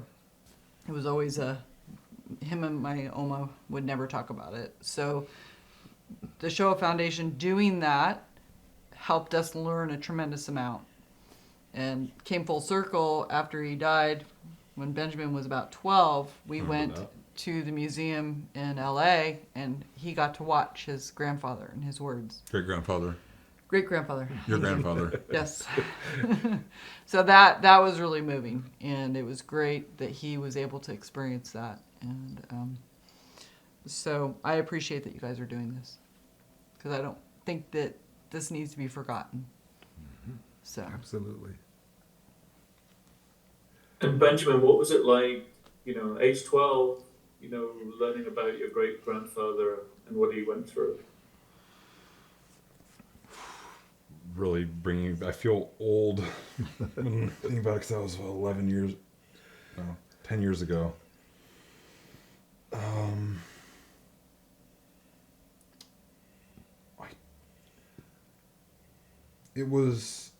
It's weird. So the thing that I remember the most about that probably is more adjacent to his testimony than the content itself.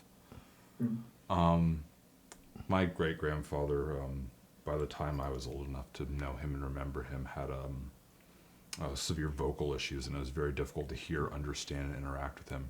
So the thing that I always associate seeing that testimony that was the first time I ever actually got to hear his real voice. And then beyond that, to have it touch into something so personal and relevant, that's, again, it's a bit more adjacent than your question initially asked for, but that's my strongest association with watching his testimony. That's what I most remember, and what resonated most with me is that piece, because that was something in a way I've never been able to interact with him before. And this is for any of you, but what does it mean for you, if anything, to have, family members who sort of went through the Holocaust? That's a heavy question. it's heavy. I mean, you have a different perspective on life, I think, growing up than my peers did. I grew up with a bunch of American friends, and we had a European parent, and we were raised more European and didn't have all the luxuries of the American kids.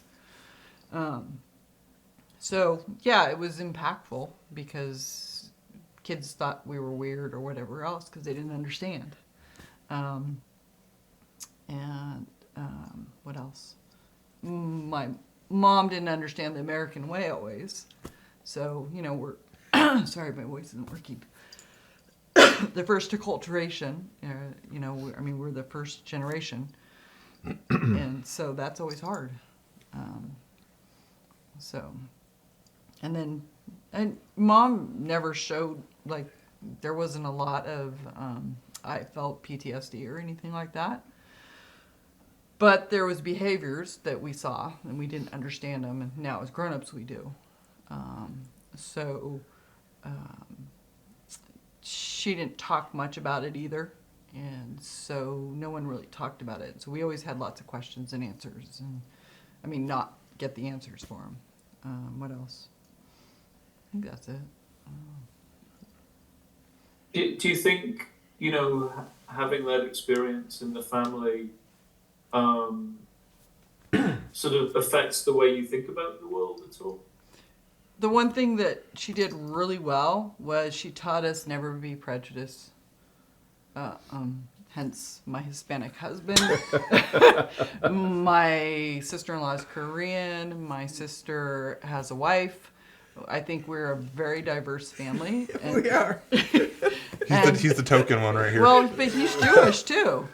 Comes back from, he's on Slight genetics. Slight genetics there. But so that carried on, that love everybody, and it doesn't matter who you are. And I think that that's something that the world does need to do. And everybody should be equal, no matter what. And so I think that that's one thing that she passed down that was good as a result of all this. And Benjamin, as someone at college now, there's, you know, different kind of perspective on this. The same. How would you relate to kind of, you know, your grandparents and great grandparents kind of experiences, and how that kind of resonates for you, if it does? The biggest, I don't have the right words. A lot of history is very intangible, especially to the younger generation. It's a very abstract thing. It's very separate, regardless of how much educational exposure there is. It's hard to nail down a personal impact, or speaking in generalities, of course, because that's obviously different for me. For certain events, it's always something you're very far removed from.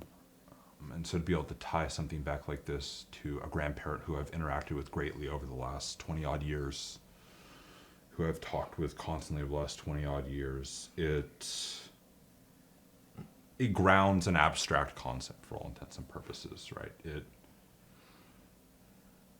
It brings a level of reality to something that I think a lot of people can, not to get away with, but a lot of people can brush off, or they aren't forced to address in the same way, because it doesn't have any sort of direct connection to them. So that's a very It's a matter of empathy, isn't it? to a certain extent, yes, but also it's harder to have that connection if it hasn't affected you.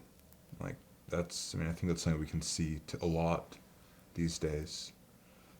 So regardless of whether or not it's a matter of empathy and people, to have something that ties into you personally, it helps that. It allows you to see more. It's a perspective changer. It's very grounding. Because at the end, there is a big difference in how we perceive a concept we see as abstract versus something that personally relates to us. Mm-hmm. And so being able to have that familial connection is something that's greatly grounding for something that is abstract for tons of people. And Benjamin, given that you've just graduated college, and the last month or two we've been bombarded in the news by the college protests and all sorts of the way those have been handled by the universities, where they get handled in the press, and where people have all sorts of feelings about what's going on. And do you have any sort of thoughts, any kind of interactions with any of that do you have anything to say about? I'm not saying there's a right or wrong answer here, but just if you have any sort of thoughts on it. I wasn't near that on campus. I don't really have much to touch on there. It was on the opposite side of the school from where I had to be for my classes, and so I wasn't anywhere near where any of that went down, so I don't really have much to touch on there. Did it feel like anything threatening or hostile to you or not? I stayed away from it, so I can't say I felt threatened if it wasn't in my physical vicinity. We asked him to stay away. I would have regardless. He would have, but we did ask him to stay because we know what can happen. And it's scary. It's really scary. So.